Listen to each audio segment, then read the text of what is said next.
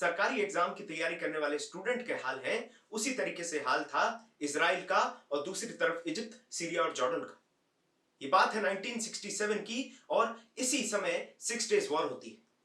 अब मैंने ऐसा क्यों कहा कि सरकारी एग्जाम के स्टूडेंट की तैयारी करने वाले स्टूडेंट के और इजराइल और इजिप्ट के एक जैसे हाल थे? वो इसीलिए क्योंकि दोनों को पता है, एक तरफ इनको पता है कि एग्जाम होने वाला है, एक तरफ इनको पता था कि लड़ाई होने वाली है, लेकिन दोनों को नहीं पता था कि कब होने वाली है। हम 1948 की लड़ाई के बारे में, 56 की लड़ाई के बारे में बात कर चुके हैं। 67 की लड़ाई के पीछे दो कारण थे। पहला तो कि ये जो मैटर है ना, इजराइल और फलस्तीन वाला, इतना गर्मा गर्म था कि इंटरनेशनल इंटरफेरेंस गजब का था। दूसरी चीज ये कि कोई सॉल्यूशन नहीं निकल रहा था। तो अरब कोएलिशन बनता है। अरब कोएलिशन बनता है इजिप्ट का, सीरिया का और जॉर्डन का।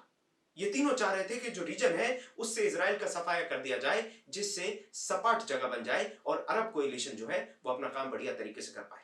ये रीजन का जो जियोपॉलिटिक्स है उसको चेंज करना चाह रहे थे। इसकी वजह से 6 डेज वॉर एक ऐसी इवेंट थी जो नकारी नहीं जा सकती, वो तो होनी है। जिस तरीके से सरकारी तैयारी करने वालों के, सरकारी एग्जाम की तैयारी करने वालों के एग्जाम होंगे, उसी तरीके से 6 डेज वॉर तो होनी थी। It was inevitable. बात आती है एक फॉल्स अलार्म की। यूएसएसआर मई 1967 में एक इंफॉर्मेशन मिलती है उनको कि इजरायली मोबिलाइज कर रहे हैं सीरिया की तरफ और सीरिया पे हमला करने वाले हैं। यह खबर यूएसएसआर इजिप्ट तक पहुंच जाता है और इजिप्ट इसके काउंटर में शुरू कर देता है सिनाई पेनिनसुला के इलाके में मोबिलाइज करना अपनी फोर्सेस को। साथ में इजिप्ट में जो यूनाइटेड नेशंस की पीस कीपिंग फोर्स थी उनको भी हटाने की बात कही जाती है। कहा जाता है मई में यहां से खाली करो, और ये हो जाता है। दूसरी तरफ इजराइल में यूनाइटेड नेशंस इमरजेंसी फोर्स लाने की बात करी जा रही थी और इस चीज को इजराइल मना कर देता है। आप देखेंगे कुछ दिन तैयारी में कटते हैं। अब वो तैयारी कैसी? तो ये जो इजिप्ट है, जॉर्डन, सूडान, सीरिया, इस तरीके की बहुत सारी कंट्रीज, जैसे कि इराक अपनी तरफ से एक्सपीडिशन भेजती है, कुछ लोगों को भेजती है, अपने गोला बारूद, टैंक्स और प्लेन्स को भेजेगी। सऊदी अरेबिया भी कहती है कि अगर कोई मिलिट्री एक्शन होगा तो हम उसमें पार्ट लेंगे। तो अरब कोएलिशन पूरी तरीके से तैयार था इस रीजन में इजराइल को हटाने के लिए। सबसे इंपॉर्टेंट बात यह है कि यहां पर ये जो बैकग्राउंड में बन रहा है, यहां लड़ाई की संभावना नहीं बन पा रही क्योंकि यहां पर एक चीज मिस कर रही है, वो है फ्लैश पॉइंट। आपको मालूम है कि बड़ी सी बड़ी आग लगाने के लिए भी एक माचिस की तीली की जरूरत होती है और वो फ्लैश पॉइंट जो है वो यहां पर मिस है। फ्लैश पॉइंट मिलता है जब इजिप्ट आपके स्ट्रेट ऑफ तिरान में इजराइल की एंट्री नहीं देता है। अब स्ट्रेट ऑफ तिरान क्या है ये समझिए। जो स्ट्रेट ऑफ, एक तरफ है आपका गल्फ ऑफ स्विस, एक तरफ आपका है गल्फ ऑफ अकाबा, और गल्फ ऑफ अकाबा के एंट्री पॉइंट पे ही आपको पड़ता है स्ट्रेट ऑफ तिरान। स्ट्रेट ऑफ तिरान पे इजिप्ट इजराइल की एंट्री बंद कर देता है और इजराइल इसी मौके की तलाश में था। 1 जून को इजराइल में एक गवर्नमेंट फॉर्म होती है, national coalition, national unity government form होती है, और 5 जून को ये तैयार हो जाते हैं लड़ाई के लिए। ऑपरेशन का नाम दिया जाता है ऑपरेशन फोकस। ये ऑपरेशन फोकस जो है इसमें टारगेटेड बेसिस पे काम होता है। सबसे गजब की बात आप देखिए, एयरफोर्स को तैयार करा जाता है सारी मिलिट्रीज के एयरफोर्स के बेसिस को खत्म करने के लिए। जरा सा नंबर्स पे बात कर लें, फैक्ट्स पे बात कर लें, तो अरब कोएलिशन में आप देखें तो उनके फौजियों की संख्या थी 2,40,000। दूसरी तरफ इजराइल जो है उसने कॉन्स्क्रिप्शन लगाया था। अब कॉन्स्क्रिप्शन क्या होता है? कॉन्स्क्रिप्शन का मतलब यह होता है कि जो भी नागरिक लड़ने की स्थिति में है, जो भी अडल्ट है, मेन है, विमेन है, जो लड़ने की स्थिति में है, जो लड़ सकते हैं, वो लड़ेंगे, उसको कॉन्स्क्रिप्शन कहते हैं। और उसकी वजह से 1,00,000 सिपाही थे इजराइल के पास।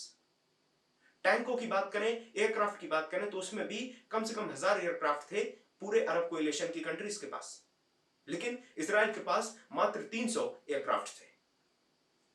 यहां पर कहानी आती है ऑपरेशन फोकस की। ऑपरेशन फोकस को शुरू करने से पहले उसके लिए बैकग्राउंड तैयार होता है।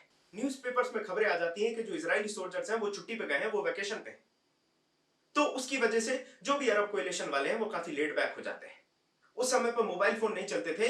उस समय न्यूज़पेपर जो होते थे लोकल, वही एस्पियोनाज करके एक कंट्री से दूसरी कंट्री भेजे जाते थे।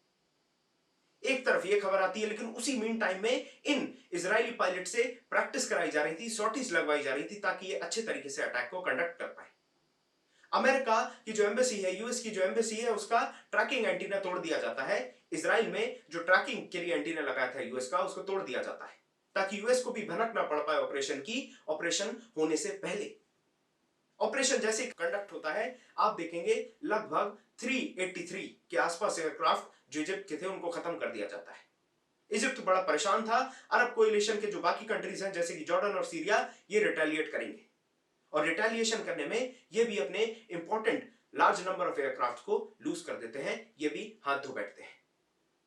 इससे सीधी बात सिद्ध हो गई थी कि इजराइल के पास अब एयर पावर होगा और डोमिनेट करेगा इजराइल एयर पावर के पॉइंट से। इसके बाद जमीनी लड़ाई शुरू होती है और जमीनी लड़ाई में इजराइल जो है इजिप्ट की तरफ आगे बढ़ता है।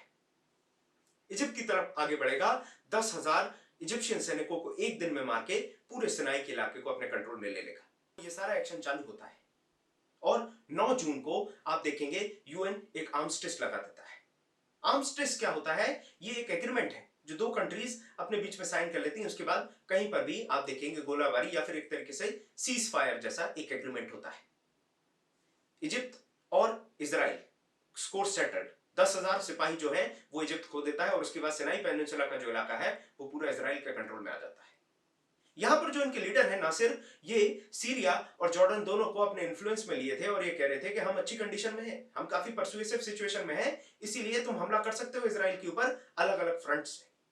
आप अगर मैप पे देखेंगे तो आपको समझ में आएगा कि एक तरफ इजिप्ट के साथ बॉर्डर शेयर करी जा रही है इजराइल की, दूसरी तरफ आप देखेंगे तो जॉर्डन और ऊपर की तरफ सीरिया है।